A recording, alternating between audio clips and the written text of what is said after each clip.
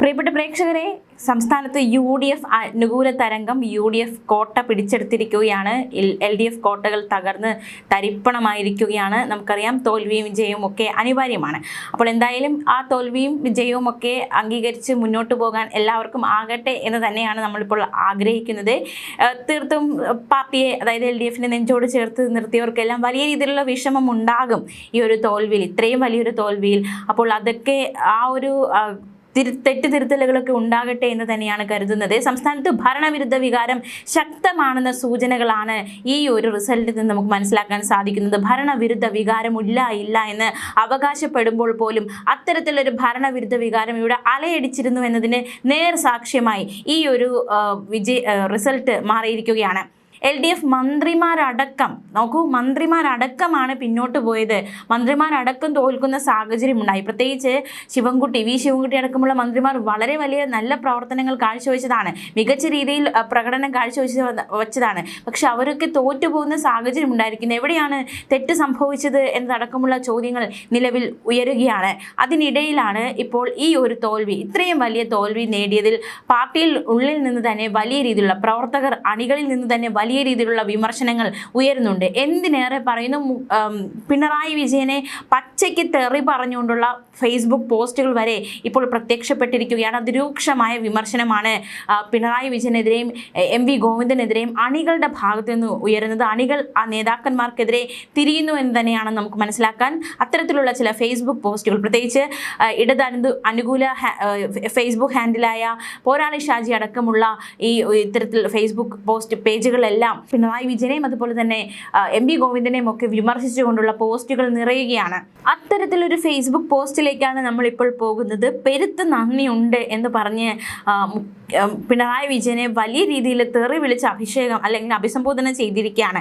പ്രായത്തെ ബഹുമാനിക്കാൻ തോന്നും, പക്ഷേ നിങ്ങൾ കാരണം, പിന്നെ ഗോവിന്ദൻ എന്ന വ്യക്തി കാരണമാണ് പാർട്ടിക്ക് തനിക്കും ഈ ട്രോമ കിട്ടിയത്. ഓഡ്ര എന്ന് പറഞ്ഞുകൊണ്ടുള്ള ഒരു ഫേസ്ബുക്ക് പോസ്റ്റ്, അതായത് പാർട്ടിയെ നെഞ്ചോട് ചേർക്കുന്ന, പാർട്ടിയെ അത്രത്തോളം സ്നേഹിക്കുന്ന, പാർട്ടിയുടെ വിജയം കാണാൻ ആഗ്രഹിച്ച, പാർട്ടി ജയിക്കുമെന്ന് അടിയുറച്ച് വിശ്വസിച്ചിരുന്ന എല്ലാവർക്കും, പാർട്ടി അത്രത്തോളം സ്നേഹിച്ച എല്ലാവർക്കും വലിയൊരു വിഷമം തന്നെയാണ്, ഒരു ട്രോമ തന്നെയാണ് ഈ ഒരു പരാജയം നൽകിയിരിക്കുന്നത്. ഇത്രമാത്രം അപജയം, ഒരു 50 കടക്കാൻ പോലും കഴിഞ്ഞിട്ടില്ല. അത്രമാത്രം പരാജയത്തിലേക്ക് കൂപ്പുകൂത്താനുള്ള കാരണം എന്താണ്? നേരത്തെയൊക്കെ പലപ്പോഴും പാർട്ടിയിൽ നിന്ന് തന്നെ, ഇപ്പോൾ പാർട്ടിക്കുള്ളിൽ നിന്ന് തന്നെ ചിലർക്കെതിരെ ചില വിമർശനങ്ങൾ ഉയർന്നതാണ്. ഒരു ഘട്ടത്തിൽ സുധാകരൻ അടക്കമുള്ള നേതാക്കൾ പാർട്ടി ഇട്ടിട്ട് പോയി. അവർ പറഞ്ഞ ചില കാരണങ്ങളുണ്ട്. അതായത് ഏകാധിപത്യമുണ്ട്, സ്വേച്ഛാധിപത്യമുണ്ട്, ഒരു വ്യക്തിയെല്ലാം തീരുമാനിക്കുന്നു, ഒരു പാർട്ടിയിലേക്ക് അല്ലെങ്കിൽ ഒരു വ്യക്തിയിലേക്ക് പാർട്ടി ഒതുങ്ങിക്കൂടിയിരിക്കുന്നു. അങ്ങനെ ഒരുപാട് ആരോപണങ്ങൾ പലരുടെ ഭാഗത്തു നിന്നും ഉണ്ടായി. അതൊക്കെ ശരിയായിരുന്നോ എന്ന് പരിശോധിക്കേണ്ട സമയമാണ്. അല്ലെങ്കിൽ ഇത്തരത്തിൽ വലിയൊരു തോൽവി ഏറ്റുവാങ്ങുമ്പോൾ ആ ആരോപണങ്ങളിൽ കഴമ്പുണ്ടോ എന്ന ചോദ്യം കൂടി നിലവിൽ ഉയരുന്ന സാഹചര്യത്തിലാണ് ഇത്തരത്തിൽ പിണറായിക്കെതിരെ അതിരൂക്ഷമായിട്ട് അല്ലെങ്കിൽ പച്ചത്തെറി പറഞ്ഞുകൊണ്ടുള്ള ഫേസ്ബുക്ക് പോസ്റ്റുകൾ ഇപ്പോൾ നിറയുന്നത്. മാത്രമല്ല ട്രോളുകൾ നിറയുന്നുണ്ട്. ഇപ്പോൾ ഇടത് അനുകൂല ഹാൻഡിലായ പോരാളി ഷാജി തന്നെ ട്രോള് ചെയ്യുന്നുണ്ട്.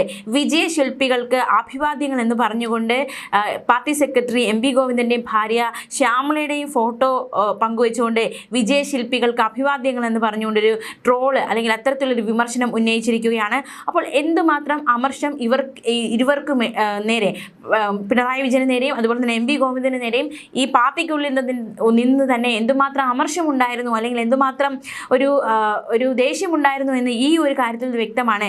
ഈ തോൽവിക്ക് കാരണം ഇവർ രണ്ടുപേരുമാണ് എന്ന രീതിയിലുള്ള വിമർശനമാണ് നിലവിൽ ഇപ്പോൾ ഉയർന്നുകൊണ്ടിരിക്കുന്നത്. വരും ദിവസങ്ങളിൽ ഏതൊക്കെ രീതിയിലാണ് വിമർശനങ്ങൾ ഉയരുന്നത്, തോൽവിയിൽ നിന്നുള്ള പ്രതികരണങ്ങൾ എന്താണ് തോൽവിയിലേക്ക് നയിച്ചത് എന്ന കാര്യത്തിലൊക്കെ ഒരു പ്രതികരണം അവരുടെ ഭാഗത്തു നിന്നുണ്ടാകും. എന്തായാലും നിലവിൽ ഇപ്പോൾ ഇത്തരത്തിൽ പിണറായി വിജയനെതിരെയും അതുപോലെ തന്നെ MV ഗോവിന്ദനെതിരെയും ഒക്കെ വലിയ രീതിയിലുള്ള രൂക്ഷമായ വിമർശനമാണ് ഉയർന്നുകൊണ്ടിരിക്കുന്നത്.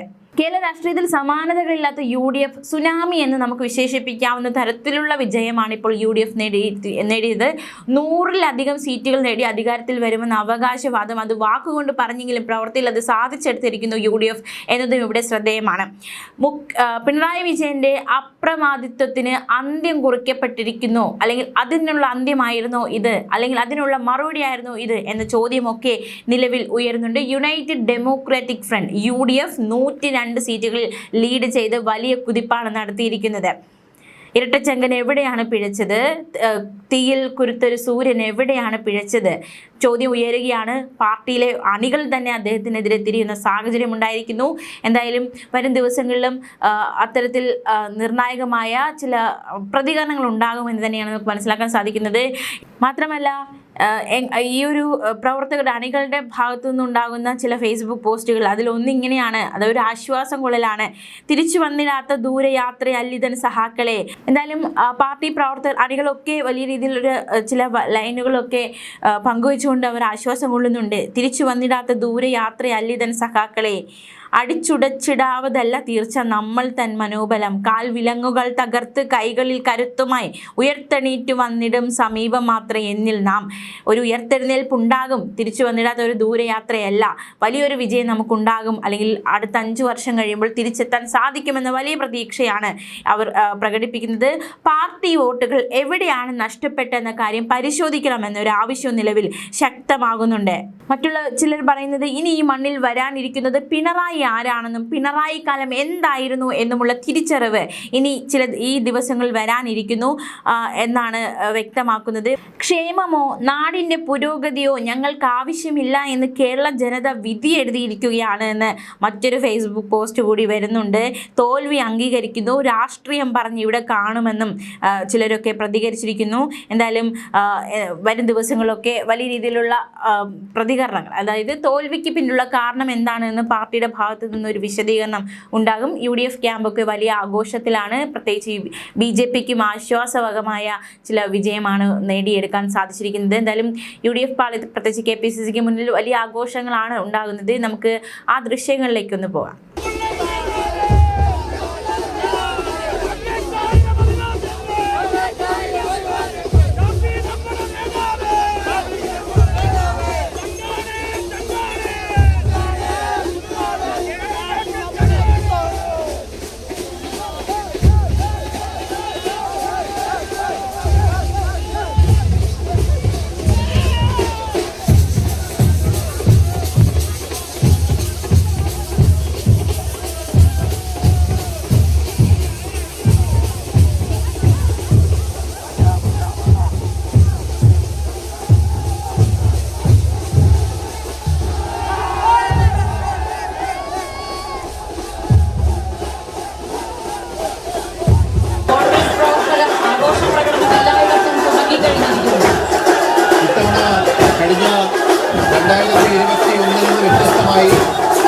തുടർ വിജയങ്ങൾ ഉപതെരഞ്ഞെടുപ്പുകളിൽ ലോക്സഭാ തെരഞ്ഞെടുപ്പിൽ തദ്ദേശഭരണ തെരഞ്ഞെടുപ്പിൽ പടിപടിയായി UDFനെ എല്ലാ മേഖലകളിലേക്കും വെച്ച് വിശ്വാസം തിരിച്ചുപിടിച്ച് മത്സരിച്ച് വിജയിക്കാൻ കഴിയുന്ന കരുത്തുള്ള UDF ആണ്. അതിനെ മുന്നിൽ നയിക്കുന്ന VD സതീശനാണ്. നിശ്ചയമായിട്ടും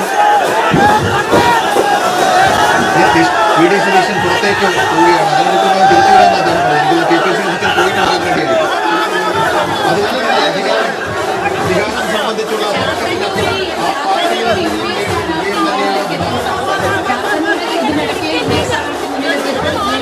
ആ പാർട്ടിയുടെ വിജയം തന്നെയാണ്.